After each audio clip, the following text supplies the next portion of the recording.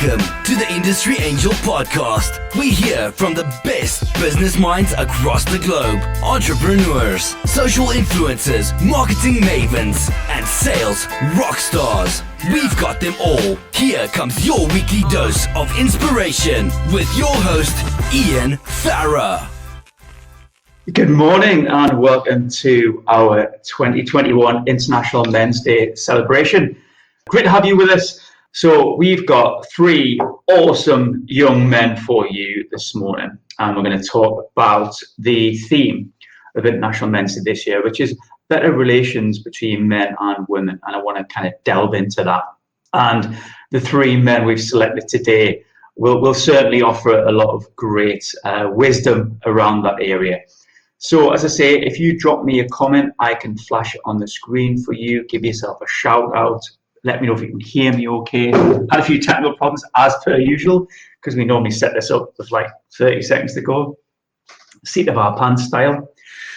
Right, who should we bring in first? And let me throw in by order of the below. Good morning, Carl. Hello, you all right? Yeah, I am now. Yeah, it's a little bit of hustle trying to get the microphones working. Carl, Director of Design Xpress. Newton Aycliffe, Carl. Whereabouts are you, Newton Aycliffe? Consett, County Durham. Consett, County Durham. Why did I say Newton Aycliffe there? What was in my mind? No idea. I don't know why you're over County Durham. There's a black and white strip behind you. I still haven't got that through my head, to be honest. It really should be red and white considering where you live, but... Well, I was going to change it for you, but I thought, no, I'll leave it. Well, I'll tell you what we'll do. We'll bring in another black and white fan here. There is our Grant Murray. Grant. Good morning. How are we? Currency, financial market expert, specialist, amazing man. Oh, thank you. What an introduction that is. Shall we talk now, or should we get your other guest in as well? You can cool your jets, right? Because we've got our Dave here. Dave, MD. Morning, Dave, MD of the Health Insurance Group. Dave, whereabouts are you? I'm based in Sutton Coldfield, just north of Birmingham. Sun's out, which is great. We got our colours behind you, so we've not done one of these hazy sort of backgrounds. I thought we'd show off our theme. So yeah, we were good, thanks. Is that the right Pantone colour for the Health Insurance Group? It is, yes. You know, we've got very strict brand guidelines, as you well know, Ian. So I do indeed. You're the odd one out there because you said you're like near Birmingham, where we would never have guessed, would be, lads. It's hard to believe, isn't it? Yeah, I try to keep a neutral accent, but it's obviously failing. There's our Karen. Carl, just giving you a little bit of love there. Right then, so gents, International Men's Day today, and I thought I'd bring you guys on because you do inspire me. Okay, I love what you do, your values, everything about what you do. I feel super aligned to you. I love working with you all and friendships. And I thought, you know, who better to have on than you guys, because I know you've got some great relationships with women, because that's what the thing. All right, Dave, come on. Well, Dave, let me touch upon you. You've got your Ellie works with you, stepdaughter Ellie. I have, yeah. For the last 4 years now. Yeah, and let's dive straight in then. How do you find working with Ellie? It's been fantastic. I mean, it was never a plan to do that. Started about 4 years ago, chucked her immediately at the deep end. But I mean, she took to it like a duck to water, you know, has gone out of her way to absorb as much information, got qualified in all the various areas of our business, which was, I say, no mean feat, and a lot of time, a lot of study, a lot of commitment had to go into that. And essentially means I can pretty much sit back and do nothing now because the business runs itself. So yeah, she holds the fort, and has a great team that she works with. So yeah, I mean, and she's followed in her mother's footsteps really. So looking at some of the questions that you've touched on earlier that you sent over, you know, as people that inspire, you know, I've sort of got fortunately surrounded by a number of women that do inspire me, you know. It's interesting because I know last time I met Ellie, we went for a meal and producer Misha was sat next to Ellie, and it was wonderful, Dave, to watch those two young women, you know, just talk about business and their careers and life, and kind of there's this old dude sitting back and kind of watching that and just, you know, feeling proud, right? Because very much, you know. Yeah, she's daughter too, by the way, producer Misha, and it's great to watch them grow, isn't it? You know, it's absolutely fantastic. Absolutely, yeah, really. Carl, I'm gonna sort of touch upon the same concept with you, because your MD, friend of the show, Jules, she's the gaffer, 25 years, How do you find a relationship with Jules? Well, you know, Jules, she's so easygoing, but she's just so open, honest, and just a nice person, you know. I mean, she's had this business now 26 years, which is amazing for a woman to be in this industry, which is normally run by men. But like I say, Jules, you know, she's open, honest, and she'll wears her heart on her sleeve, but just loves what she does. Well, actually, a bit like yourself, Carl, because I love that directness about you. And when I say directness, I'm not talking about rude. You know, you're not rude at all. You've got, you know, you're a gent. But I think it is, you know, I do love the way you just speak. There's no kind of waffle. There's no business BS around it. You just want to do a good job, kick on, do what's well for the customer, treat your employees right, have good relationships, and I love those values that you hold. But they're important, though, aren't they? Because without those, you don't have a client base, which, like I say, we pride ourselves on our customer service here. And like I say, without those, you don't have a customer base. Well, just give you a heads up, the gaffers listening, all right? She must be here. She's probably next door, isn't she? Grant, let's bring you in. Grant, as you can see there, he's got a great plug, GPS Capital. He's plugging the business. Nicely done, my friend. LPs behind you, vinyl, loving it. Yeah, well, I normally do done a lot of Zooms through lockdown, and this has been my backdrop. And this morning, I thought, you know what, I'm going to have a little look through and see the women that have influenced my sort of listening. And so, you know, you think about these names that are up here: Donna Summer, Kate Bush, Tina Turner, Nina Simone, Debbie Harry. You know, the list goes on. Real icons and really driving that sort of music business forward. So that was my first thought. But one of the things I wanted to touch on there was what Carl said. In a very male-dominated sort of workplace, which financial markets is, when you find inspirational women within that business, they've had to be pretty strong to have got where they've got to, you know, being surrounded by men. So, and it's interesting that actually outwardly, a lot of my client base, a lot of my influencers in the Northeast are women, but actually internally within my own business, it's traditionally men. So that's a good balance for me to have. It's interesting because we've got millennials and Gen Z just thinking like, who's Deborah Harry? What you on about, mate? I mean, it's before my time as well. Grant, I'll just ask you that, you know, Dave just mentioned the Ellie there for the Ellie. Wow, we'll give it a grandiose title, the Ellie and the Jules. What about you, Grant? Because I know you've got a few inspirational women that you've, you know, been inspired by in the past. Do you want to drop a few names in? God, yeah. I mean, I put a list together initially for you, and I think I came up with like 12 or 13 names. And, you know, out with my own mother and my own wife, who are probably the biggest inspirations in my life. My own grandmother, who was Lord Mayor of Newcastle in 1979.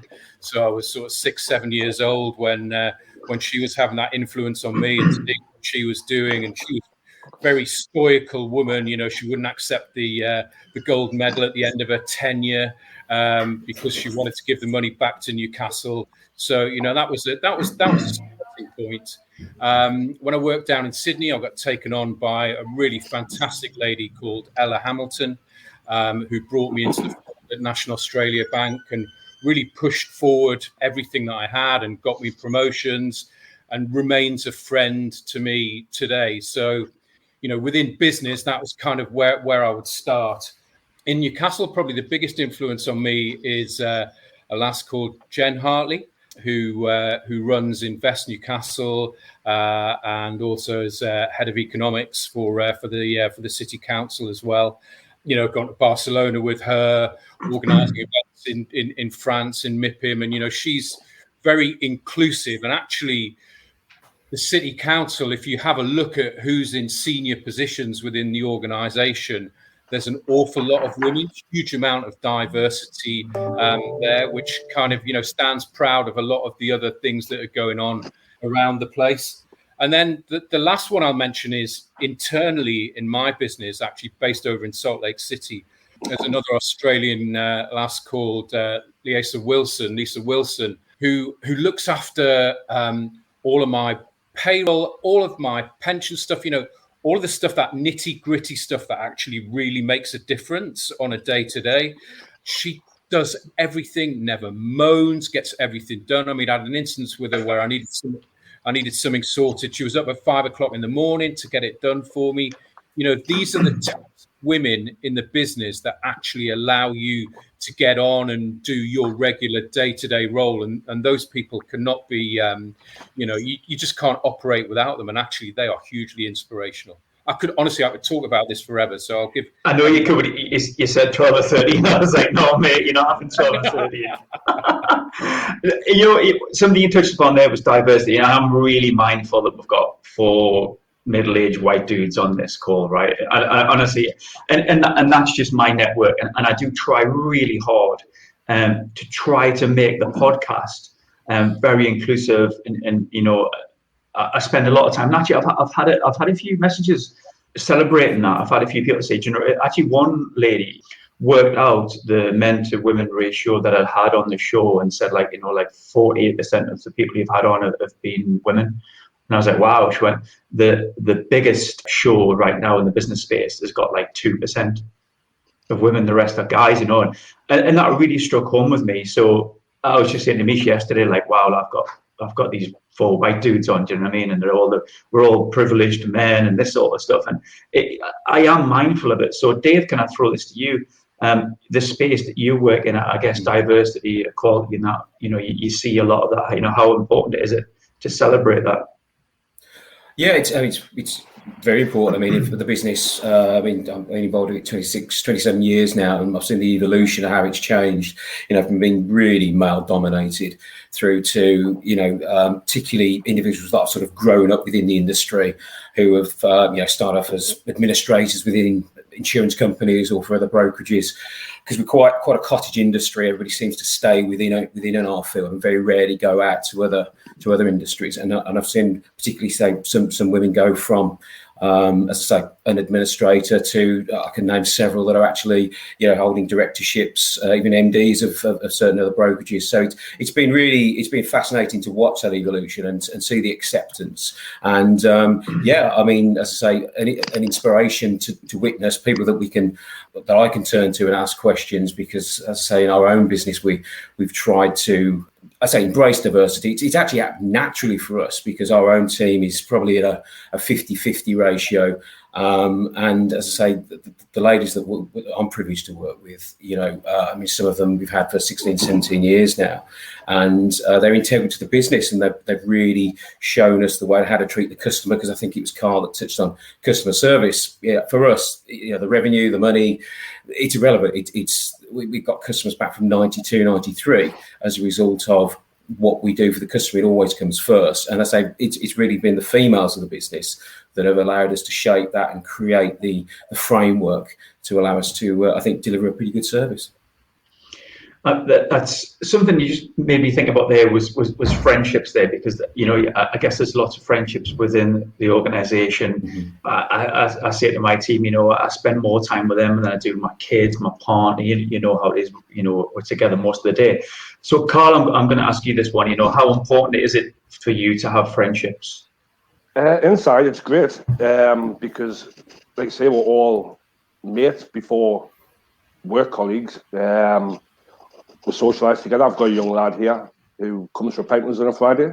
He doesn't often buy them, but it's just you're out at work. You see everybody at work day in, day out. It's getting to know that person, personally, find out what they're about. But also, mates outside of work are massive.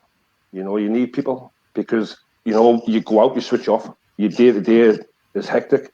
You get away from work, you go for a pint, and you just hear about everybody else's day instead of your own. Just chill out. Great. Mm. I think that leads us nicely into wellbeing then, Carl, because it's really important, and we know the stats, right? That they're out there in terms of male suicide, stress levels, I'm sure everyone on this call right now has been through some sort of stress. And it's hard, isn't it? I think as guys, you kind of wear a mask and you go to work, and especially as a leader, you kind of be shown that vulnerability. You have to be that guy who leads from the front, but actually in the back. And I've certainly done this on live streams like this. I've had issues where I don't want to go live. I'm like, but that's my job. How do you manage that, Carl? Do you? To be honest, not something that really affects us. I'm not a big worrier. I don't worry about things. I do have family who've got mental health issues, and to see how it can affect them is massive. How the day-to-day can change. 1 minute they're fine, next minute they're rock bottom. It's just trying to make awareness of it. But as you say, men don't talk to them. Keep everything to themselves, kind of thing, and you should be open and honest. Where everybody else has got their own problems, without you feel like you're going to burden them with yours. Instead of listening to theirs. Yeah. It is good to talk, and I'm going to bring Grant in here because he can talk underwater. I often say that. Grant, we often get together, don't we? Before COVID times, we get together once a month and we take a walk out in nature with a team. And I know both you and I have had, personal issues, business issues, relationships, whatever it might be, and we counseled each other. How important is it to talk, Grant? Oh, absolutely, 100%. I mean, I was in London yesterday in our dealing room, and I was talking to a French African lad who I work with, Patrick. We were talking about a couple of different relationship type issues, and it was brilliant. I felt like I'd shared a problem. He shared back, and we both laughed and moved on. And just touching on that friendships within business thing, if you have trust within your team that this stuff isn't going to be shared, it's absolutely, it's so important that you're doing these things. And one of the other things I want to talk about with women within the business, and I've certainly had it within COVID. I'm in the same room as my wife, and whilst we're working in two separate businesses, we're often sharing our problems within the business. We've actually worked together before, so it wasn't too odd a situation. But a woman often brings a slightly different view, a different perspective, less testosterone in there, not thinking about the end result so much as maybe a guy would.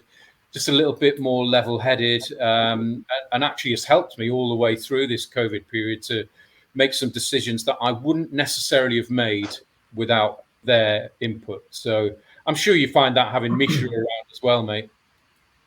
And not just the fact that she's a woman. I mean, your wife, you could be working next to a guy and you could get the same sort of, difference of opinion. No. What I love about working with Misha and Charlie is right next to me. They're young, the late teens, 20s next week. They bring something very, very different. I've noticed, I think sometimes I've often said this in business. I come with preconceived ideas like that'll never work. There's no money in that. That won't float. And they're like, well, we'll just try it. And I'm like, well, it is crack on you, and it works. And I'm like, if they hadn't said that, I might not have done that. And I love that almost naivety. We don't always know everything. We're not always right, are we? So yeah, it's a good point. Dave, I want to bring you here, and because we're talking about kind of well-being, and I do look at you in terms of your health. I know you're very, very mindful about your diet, what you put in your body, how you live your life. So can you share some of the things that's important to you about your well-being and your health? Yeah, well, it always has been something I've been interested in since a sort of young teenager. But I mean, certainly as obviously we've learned more, and as science has sort of evolved over the years, I found that that sort of initial investment has sort of paid off in the long run. I mean, it's certainly whether it's the mental health that we were talking about earlier, I think that really everything starts with our own body and our own mind and how we actually treat that. I'm very much a subscriber that, in many ways, much of these chronic illnesses that we now see as a plague out in society are down to lifestyle and things like that. So, my own near experience with my wife, she had some surgery that went wrong, and resulting factor, there was no there was no solution from allopathic medicine, modern medicine, and she had to take matters into her own hands, and she sorted the problem out, and she's since become a naturopath and a health coach. So I've been very fortunate the last sort of 10 or so years to be have somebody do the research that I used to do. But I think, in the wider field that we find ourselves in our business, where we have clients with employees, whether it's one employee or 1,000, health and well-being, our industry has now really realised that this is so important. If you've got a healthy workforce, you've got a far more productive workforce, and that has changed. It was changing before COVID, but the acceleration post-COVID is just, the demands we're getting from clients saying, right, what can we do? What other solutions do you have? And obviously mental health, as we touched on, has been a big part of that. We have solutions that we can put in place and, to assist, because it's been, in my view, very damaging, these lockdowns for mental health, whether it's with children, families, people that've got to go to work, people that suddenly find themselves having to work with a laptop balanced on a washing machine. And believe me, I know of people that were put in that position. So I think what it's done, it's highlighted for a lot of people that they've now got to start, taking ownership of their health. We've got an NHS, unfortunately, that is under an enormous amount of pressure and seems only be going one way. So I think the time now is for people to actually realise that, the buck stops with us, and as an employer, if we've got that ability, which we have, we can put measures and systems in place to actually assist our staff, because, as I say, the workforce, in my opinion, is it's the top priority that we've got. Because if I've got a team that are either feeling unwell mentally or physically unwell and can't do the job, then we will do whatever we can to help them. It's a really good point, and it's physically, you mentioned there. I think something I've struggled with, and I'll share this with viewers. I loved playing football when I was younger, and I stopped playing football at 32 to coach my son's team.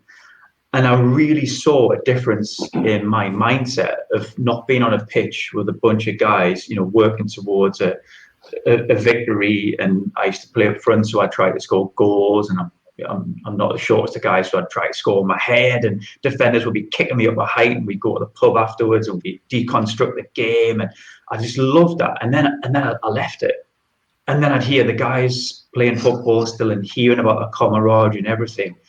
I struggled with that. I struggled without that togetherness. And I'll throw that question out to you guys. How do you make sure that you come together and you're enjoying outside work, and maybe outside of your family as well, with friends? Do you do any sporting activities that help you through? I still play football. Excellent, good man. 48. But same as you, Ian, when I stopped playing competitive football, it was just weird because you had nothing to do. You used to look forward all week just to go and playing on a weekend. But then once it stops, when you get old, you can't do it no more.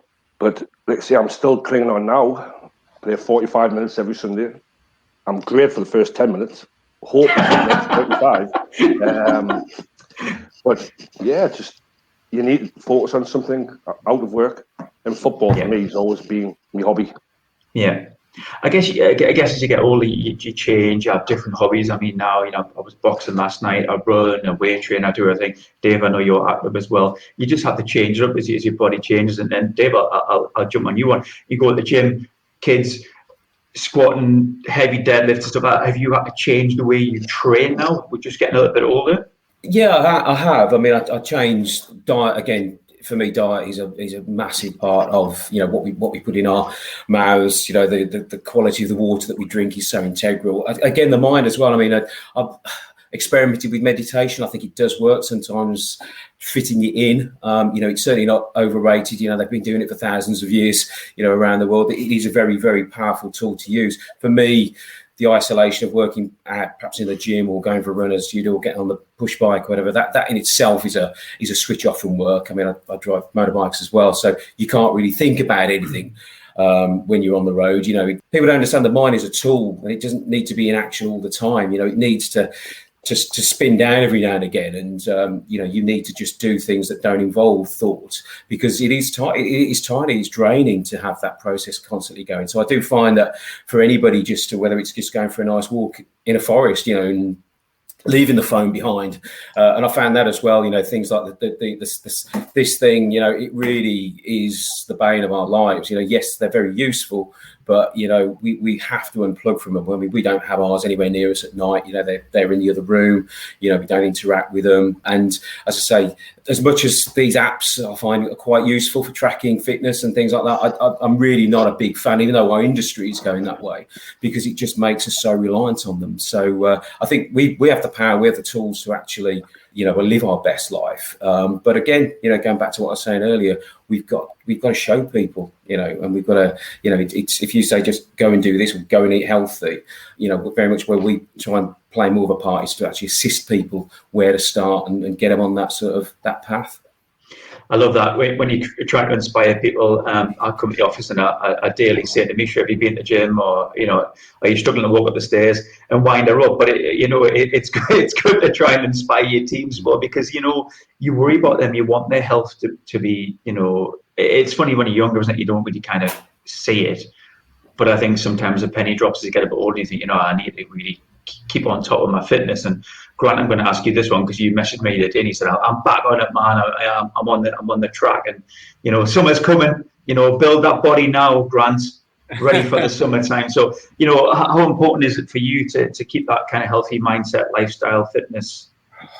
I just think you have to put so much more effort into doing these things as you get a bit older. And, you know, if you've got family like I have, 3 children, putting the effort into your relationships with your partner is absolutely key. I'm going away with Caroline this weekend, and, you know, 2 days away, and just have some separation time. I've been to the gym this morning before we did this.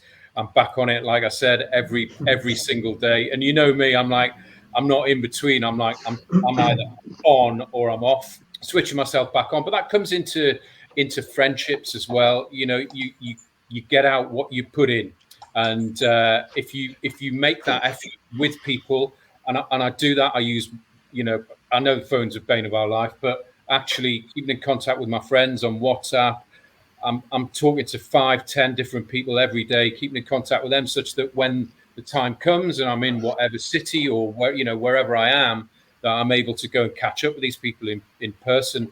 Which, when you do catch up with these people in person, you've only been talking to them on WhatsApp for 2 years, is just such a glorious experience. Yeah, you know, you don't take these things for granted. So yeah, my takeaway from that, mate, is you've got to go after it. If you sit back on your arse and do nothing, excuse my French, then, you know, you're not going to get what you need out of that. Dave just touched upon meditating. It's really interesting. I can't meditate. I fall asleep. Well, this is the thing, you know, there's things I can't do as well. And I'd love to meditate, Dave. And I have tried it in the past. But I almost don't need to sit there and meditate. It's what you touched upon before. You're riding a motorbike. You ain't doing anything else but just keeping yourself safe. You're in a boxing ring. All I'm trying to do is stop being punched. I'm running on the hills. My mind is just gone. That's my kind of meditation, rather than sitting down. So what's yours, Grant? Do you feel that you kind of really just release yourself? Well, music's my big thing, mate. Yeah, you know, and actually, you know, when I'm driving up and down from Harrogate to Newcastle and around the northeast and going and seeing clients and whatever, I've always got my music on in the car, and I just totally switch off. And the same thing when I'm in the gym, you know, an hour and a half of just take it away. I'm one of those people, I go into the gym, I don't talk to anyone. You know, I'm friendly, I smile at people, but I'm totally in the zone. I'm in my area, because actually what I'm doing is I tune out. I had a period, right, where I take the phone with me from machine to machine. You know, that was just a habitual thing. And now I just leave it in the locker. I'm like, that thing's, you know, nothing's going to happen in the time that I'm in here to when I go away. So yeah, I'd say actually meditation. Yeah, even yesterday on the train, just had my music on, switched off completely. The ticket inspector, the specky, when he came round, had to go, oi. I was just so in the zone with my music. So yeah, I'd say that is it. It's really interesting. You said you were driving up and down there. I thought, please don't tell me you're meditating whilst you're driving up and down the I am. Do you still drive nude as well? Because that was a thing of yours, wasn't it? Do I still drive one? I said you're still driving the nude. Anyway, we'll move on because I remember you got caught doing that once. Carl, Carl, I want to ask you about leading by example. You know, what kind of springs to mind when I say that? Do you feel like you lead by example? Is any experience you can give us? Well, I don't drive nude. But he doesn't. Lead by example. To be honest, I think me and Jules kind of lead by example because we're a very small business here. Very quick turnaround, and there's times we go out, we get our hands dirty, you know, because there's nothing that we wouldn't do. I ask people to do that we wouldn't do ourselves. But like I say, you can go and help people, you know, and I just think being hands-on with them and working as a team, it inspires everybody here. You know, we've all got the same goal. You know, at the end of the day, if it doesn't go out the door in the night time, you let your client down, they don't come back. But like I say, it's just being part of the team, you know, and we've got a great team here. Everybody's friendly, everybody's gets on. There's no bad eggs.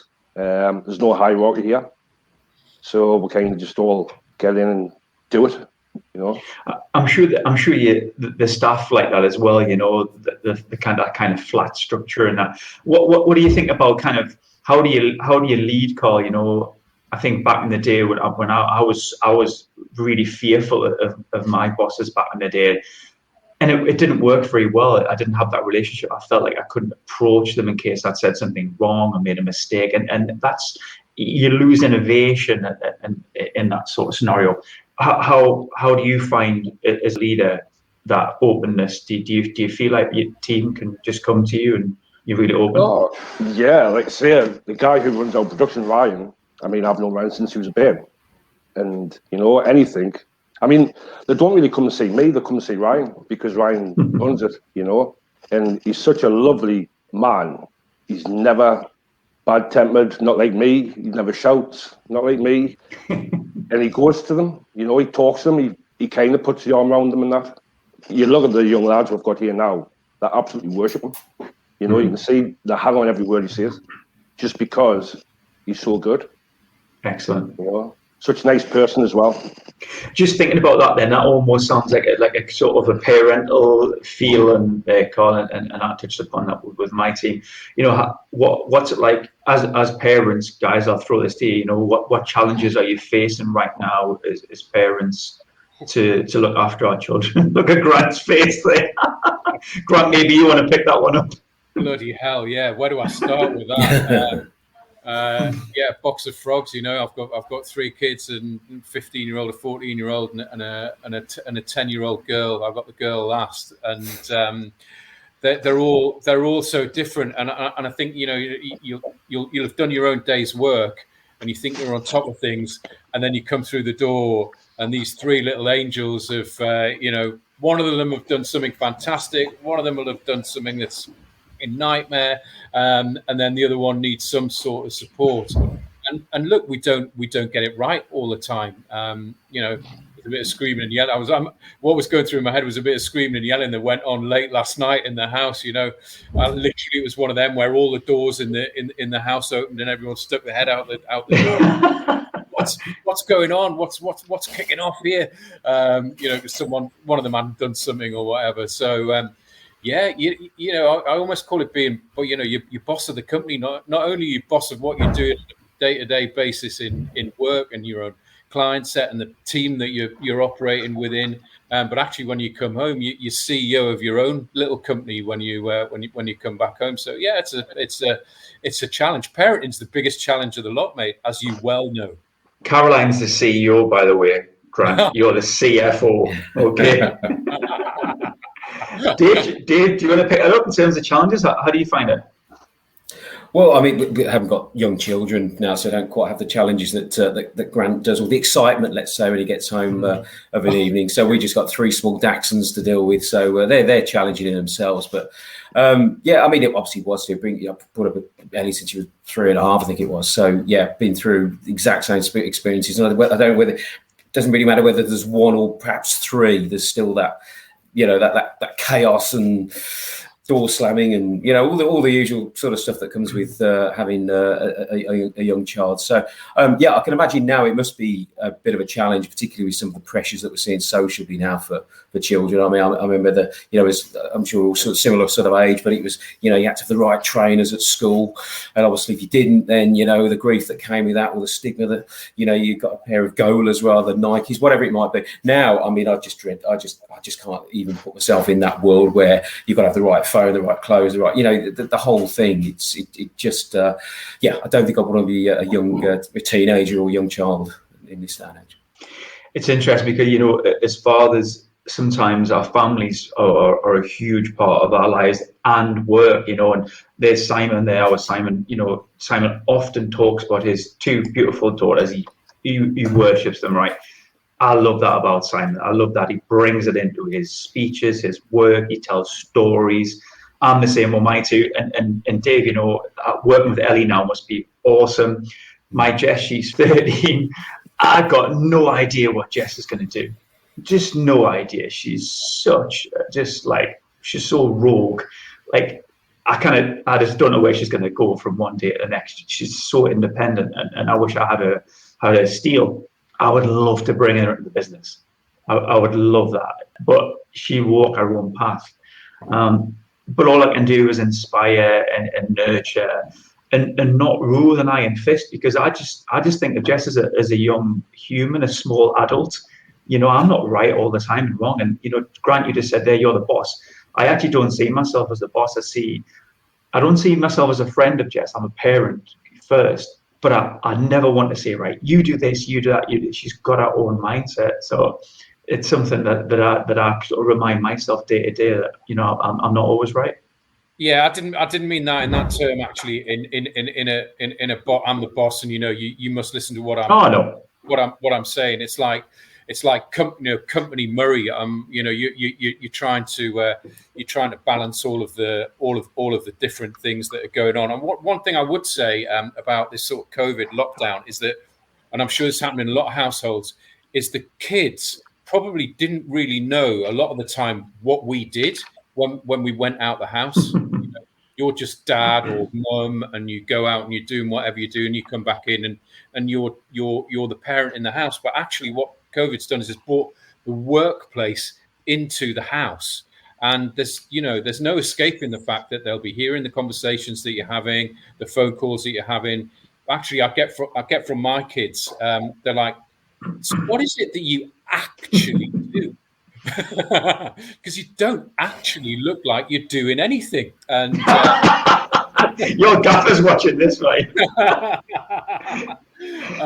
And you have to explain to them the nuance of what's going on, and then they're kind of switched on, and then, you know, then the questions come, and, you know, then they start asking me, oh, what's this market done, or what's this currency done, and you know, then one of my kids is now going on and doing economics, and, you know, so actually it's had a quite a positive effect, and you know, I don't know whether that gives them more or less respect for you. I don't know, but, you know, it's certainly something that's come out of this lockdown.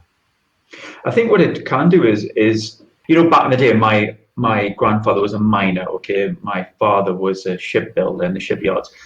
There was, you know, you got chippies and plumbers and sparkies. A lot of the jobs we do now, my mum says to me, wait, what do you actually do? How do you make your money? Like, she's got no idea. And I can't even tell her either. I don't know what I do.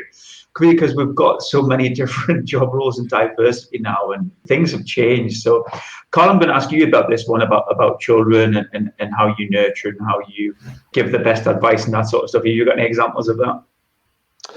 Just what Grant said before, obviously lockdown, I've got a daughter who's got 2 young kids, and during lockdown, obviously they couldn't go nowhere. My granddaughter's 4, and she needs something to do. And there's only so much television they can watch, you know. And she would ring me, Dad, the bairn's doing this, the bairn's doing that. I'm like, she's the same as everybody else. She's locked away, can't do nothing. She's not used to seeing her family doing things.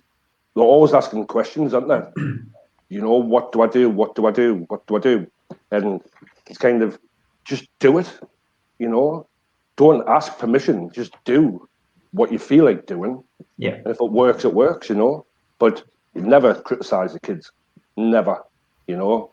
they can try something, when it fails, you're always there to help them get back on their feet. There's so many challenges now, Carl, you're right, and I think it's hard as parents to almost not say the wrong thing and I'm trying to skirt through things. It's almost like, you can't judge, you can't tell them how they look, their weight right now, their hair, you look strong, you look healthy, they've got so much Instagram influencers pushing stuff at them, the bodies aren't what they see online. I just don't see anything. I really try to tread extremely carefully about how my daughter looks, because I'm so mindful that she's probably under so much pressure. Has anyone else felt that? I mean, Grant, can I ask you that? You've got three who are feeling pressures now, and just what Dave touched upon there. Back in the 80s, you had to have the trainers, but wow, things have changed now. Grant, you must see this. I do, and I see it every day, and literally it'll be, and the trainers and the phone and the jacket and all of that sort of stuff are right up there, and that comes into the sporting equipment. My kids are very sporty; they've got to have the best of the best. And you as a parent, as a father, you try and provide without going over the top. And actually, the most interesting one is my daughter, who's 10 and a half. And, she's got a phone, and she's had a phone now for about a year. Walking to school, that was a big one. She wanted to start walking to school before she was 10 on her own. And I was like, no, I can't let my little girl. But actually, you think about what age we were all walking to school on our own, and it was 6-7 years old kind of thing. So, there's that piece where you're protecting them a little bit too much, but then comes the hair and the makeup and all of those things, body image, as you rightly say. But they're on TikTok and Snapchat and Insta and all of those things, and they go away to their room, they come in their house, they go off, and often you don't know who they're speaking to, the life that they're leading. You've actually got to be their friend, haven't you, to try and eke those bits of information out, which are important. And then that's when actually, myself and my wife and Caroline, we work together as a partnership to, what did he tell you? Or, what did you pick up on there? Or what did she say? Or what's she doing? And then sort of downloading that information and going again the next day in terms of helping their mental well-being. It's a complex thing. It really is. It's interesting. I took Jess to a podcast. It was actually Ashley King, a friend of ours. Ashley King's launched her podcast studio. She's relaunched that podcast. She wanted me to be her first guest. I was truly honoured. I went to her studio. I took Jess with us. I wanted Jess to see what I do. And I don't even know what I do, but I wanted Jess to sort of sit in the corner and kind of watch. And Ashley said, would I be able to interview Jess? And I was like, I guess so. I mean, you can ask her. She went, Jess, do you want to be on a podcast? So she sat Jess down, put the cans on, got the microphone. I was like, I don't know how this is going to go. Because Jess is, she's quite a quiet girl. Mate, I was so proud. I was just sat in the corner. I almost well thinking about it. I was sat in the corner listening to this girl that I'd never met before.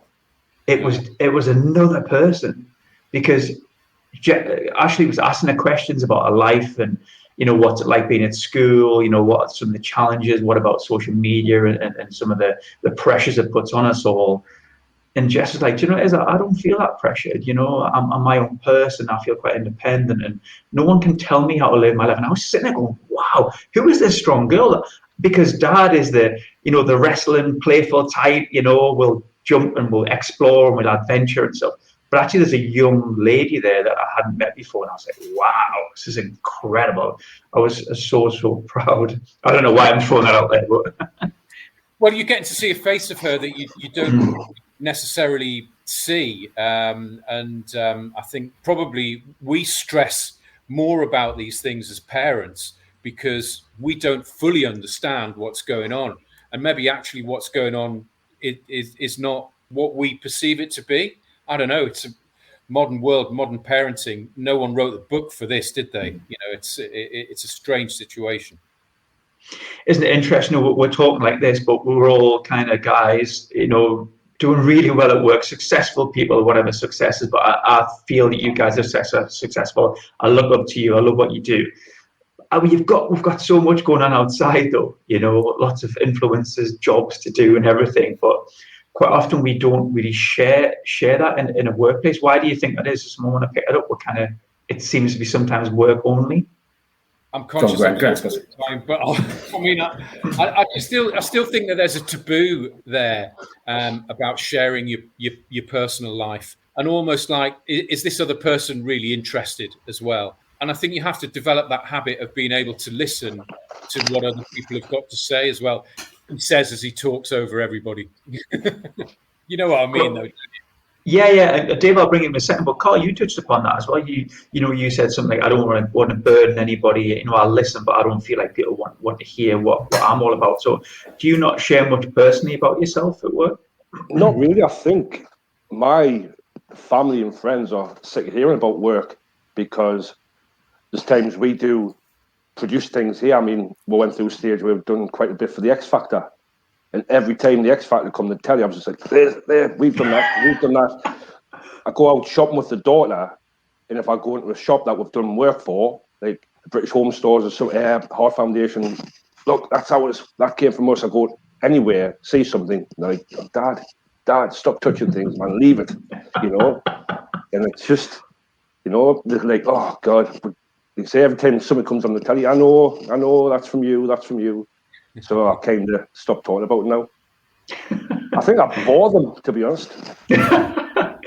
Dave, can I bring you in and just touch upon that point of kind of work-life balance and bleeding between the lines and sharing about what you do outside of work? Yeah, I mean, we over the years had a number of families that have worked within the business and still do. So, talking shop outside of work, yeah, it happens. But the insurance world isn't the most exciting work. Whereas I imagine these two chaps perhaps have got some more interesting things to talk about with their work. I mean, as I said, our industry has evolved significantly over the last few years, so it's not quite as boring as insurance used to be. But I do try and keep that line. I mean, personally, in work, as I say, everybody's really friends with one big team. I'm just the one that steers it, basically. Everybody's does their own thing. We've got a good team, and personally, I don't really bring a lot into it by way of what I do outside of work. When talking to people, listen to the guys in the office, how the weekend that they've had and the things they've got up to. And I think it's great, because you can see the bonds that have evolved over time. And that's how we've always handpicked a certain type of person to work with us. But yeah, I do think there should be a cut-off between work, like with the things we were saying earlier, with the mind, because I'm sure we've all had it. You're lying there at 2:00 in the morning, suddenly an idea springs up and you think, right, I must remember that for tomorrow. I've tried to literally leave the office and park it, and not really discuss it other than, oh, have you had a good day today? Yeah, we have. Yeah, it's been okay. So yeah, that's how I deal with it. It's interesting. Sarah makes a great point there, talking about the challenges when your work is your passion. It's hard to explain to others when work for them, maybe it's just a place to make a living. It might just be a 9 to 5. And it's funny, I've got some friends who literally clock after 5 o'clock. That's them done. They don't think about work until they punch in on a Monday morning. I don't know what the good or the bad thing is in both. I mean, I live my work through, but that's because I love my work. It's also my hobby. I feel quite blessed that I was in the gym this morning listening to a podcast, a marketing podcast, and I'll come in and say, right, okay, I've got a great idea. I've just heard this in a book. I'm constantly trying to learn and upskill myself, but that's because it's also my hobby. I don't know if that's a good thing or a bad thing. I just know that I actually enjoy it. So I don't know. Grant, I'll bring you in here because I know you're all in on your career, and I think sometimes you get very addicted, don't you, really, to work and passion and. Well, it's trying to bring other things in. I was just thinking to myself of an example yesterday. I was walking from a hotel down at the tube station, and it was a beautiful, crisp London morning. I had my phone in my hand, and London buildings around, and what I'm thinking is, right, here's a great opportunity for a shot that I can take, and a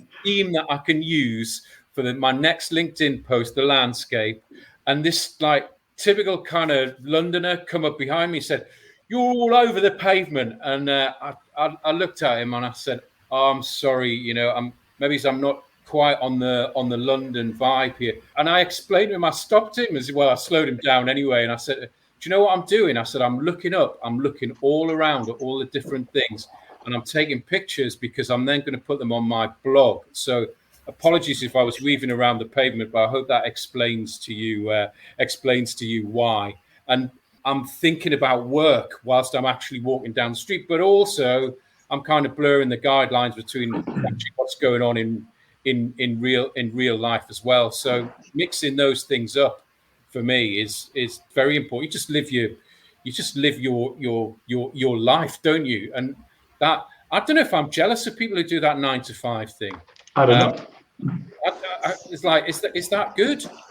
Maybe it is. Maybe it's great. You can just go clock in, clock out, and then not think about it. But I don't know. It's just not for me. Not for me. I thought you were sporting a Cockney black eye there, bud. Me? Yeah. Did someone did he lamp you after you were? No, I think it must. I'm just getting old. Guys, I'm gonna ask you before we wrap up this, to celebrate someone. It's International Men's Day here, and I want you to think about someone that you know would like to give kudos to or give a heads up to, and name drop them. Carl, would you like to go first? Does anyone spring to mind when you think about someone that you know has been a fantastic man and has inspired you? Well, I've got to say my dad, haven't I? Brought us into the world. The only downside is he took us to see Newcastle, told us I would love it, and it got us hooked. But yeah, my dad, you know, I think he's done quite a good job with us. Still keeps us in check now, you know. But like I say, my dad's my best mate. Yeah, I love that. Nothing better than going for a pint with your dad. I love that. I'll jump in before I ask the guys. You know, I've been fortunate enough to travel the world. I've worked so many different places, been exposed to so many different cultures and met some rock stars. When I'm speaking or when I'm in a situation, there's people say who's give you the best advice and the worst advice. It's my dad on both counts. It just shows you how important a father can be to a boy and a girl, really. Grant? Gosh, I can name a few, as you can imagine, but I think the one I'm going to name is my managing director over in Salt Lake City, Dave Pierce, who brought me back into this business after 6 years away. He'd had lung cancer, part of his lung removed, and I got back in contact with him, and we had a great conversation. He asked me back into the business, been massively supportive of everything that I do, opening up in the Northeast and Scotland, and actually, you know, has been quite a father figure to me, and you know, anything goes. So you know, really open, forgiving, supportive person, Dave Pierce. Wonderful stuff. Will you be watching this, Grant? Well, now that I've said that, I'm going to send him the link. Cool. Yeah. Of course, you know, we're keen. You can watch this on catch up. Dave. Yeah, I mean, same as Carl and you could self here. I think it's my father. I had the good fortune to sort of work with him over the years, and you had either the fortune or good fortune to have dinner with him a few weeks ago. I mean, he's had varying degrees of success in different industries, but you know, there's always been an inspiration. You know, that his work ethic, his ideas commercially around thinking outside the box. You know, into this day, you know, sort of have a conversation about things, and even though you know, he says he's the dinosaur in the room when it comes certainly to technology. You know, some of the principles that he still holds from, you know, being in commerce in the 70s and 80s. You know, it still stands, you know, firm today, and sometimes sort of forget about those. So yeah, there are plenty of other people I've met over the years. You know, who have inspired me, whether it's been in the health and fitness industry or whether it's been in the financial the insurance world. But I say certainly my father would be the one, you know, I'd put there as the number one in that position. And you know, I love spending time with your dad the other week, Dave. It's interesting because he does refer to himself as a dinosaur, but literally I was hanging on his every word. It was magnificent. And you know, there's a very well-known book, How to Win Friends and Influence People. Dale Carnegie, I think it was 1932. It was penned, and I often talk about it because those ideas from 1930 are still relevant today, and it's just values. It's doing the right thing, creating relationships. And your dad was just so on point with lots of his opinions about life now. It's just wow, just soaking it all in. We've got so much to learn if you listen intently. And keep an open mind. So yeah, your dad's a rock star, Dave. And it's funny because we're blessed, right? Because I'm fortunate enough to say that I can take my dad for a pint tonight. But my best friend David, actually, he's an inspiration. Mate, he lost his parents quite young, and I had to go through that experience with him. And now he doesn't have his mother and father. And sometimes I feel a little bit guilty because he hasn't had his mum for the last 20 odd years, and I've got mine both. And I feel really blessed and fortunate that I've got them and they keep themselves healthy, which, maybe inspired me to keep myself healthy as well. So I'll just throw that out there if David's watching, because he's been an inspiration to me. So guys, that I've loved that. Absolutely fantastic, hearty sleeve stuff. And that's why I wanted you here, because, you inspire me. I love working with you all. I love your friendships. You're doing absolutely fantastic. Is there anything else you want to leave us with before you go? Anyone got a burning, want to throw something out? Are we all good? Grant, have you got something on the tip of your tongue? Always. Mate, just to say to you, fantastic what you're doing, and thanks for asking Carl and Dave and I on, because actually we do need to be as open about these things as we can. So well done you for getting us on here. Thank you very much. Absolutely. I'll just sort of echo that, but then in the sort of commercial relationship that we've now got, I mean, you've been you and your ideas and your business have been a shot in the arm for our business, because we were really at a bit of a crossroads with how to sort of proceed forwards. So you, the team, Misha and Shelley, have been a real asset. And I say we are on a massive learning curve since working with you guys. So look forward to a longer and profitable relationship for us all. I appreciate that, Dave. And I just talked to the girls yesterday, actually. We don't want to work with everybody. We want to work with people who've got our values aligned with us, and we love working with them and respect them, and we have a good relationship, and not this upstairs, downstairs hierarchy stuff. And it's wonderful when you do meet someone that, you just get on so well with and you respect them. Carl, last word before we go. Anything you want to say? Yeah, just thanks for having us on. It's not something I normally do. I don't like this kind of thing, but it's for a good cause. So thanks very much. I'll tell you one thing you did say, Carl, which was interesting. You said my daughter's got two children. You didn't say I was a grandfather. Oh. Yeah, grandfather. You're looking good, my friend, I tell you. They keep us young. Right, guys, thanks again. Thanks so much. And I'll see you very soon. I'll kick you all out. Thank you. Well, there you go. I hope you enjoyed that. Open, honest, as usual. No BS, no business crack. We're friends. We're out there. We just need to be transparent, support each other. This is International Men's Day. You know the stats. You know we don't talk. Support each other. Take someone for a walk, coffee, pint, whatever it might be. Support each other in the role, in the workplace, at home. And, thanks so much for watching. If you feel like this could help anyone, click the share button, push it out there, do that additional thing for me. The algorithm isn't going to like us because, we're not towing the line on what people might want to talk about. But this is really important. We've got to talk about this in business, okay? So, again, thank you so much for watching, and we'll see you next time.